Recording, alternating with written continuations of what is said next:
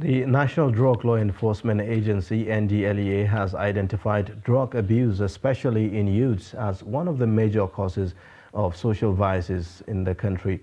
The NDLEA made this known at a summit organized by National Association of Polytechnic Students in Kaduna. The report. The summit is to discuss issues affecting the youth and other vices bedeviling the society. The Kaduna State Commandant of the National Drug Law Enforcement Agency, Malo Elisha, says drug addiction among the youth is responsible for some of the vices in the society.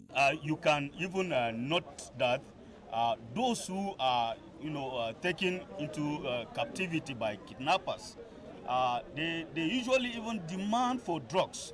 So that means this issue has gone so far that if all and sundry will not come up to have a collective responsibility in terms of stamping out this drug menace in our society, definitely our streets will never be safe for anyone to walk freely.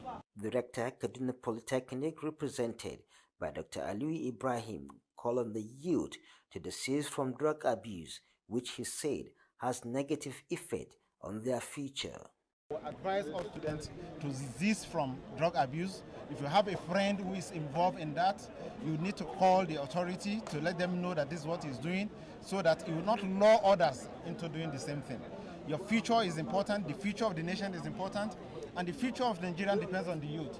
If the youth are destroyed at early age, then it becomes difficult for Nigeria to attain all its developmental goals. The national president, National Association of Polytechnic Students, Anidi Samuel, called on both the federal government and ASU to call off the industrial strike that has kept students at home for several months. Strike like this are one of the issues whereby when students are idle, they are at home, they don't have anything doing. They will have this temptation of going into things out of frustration.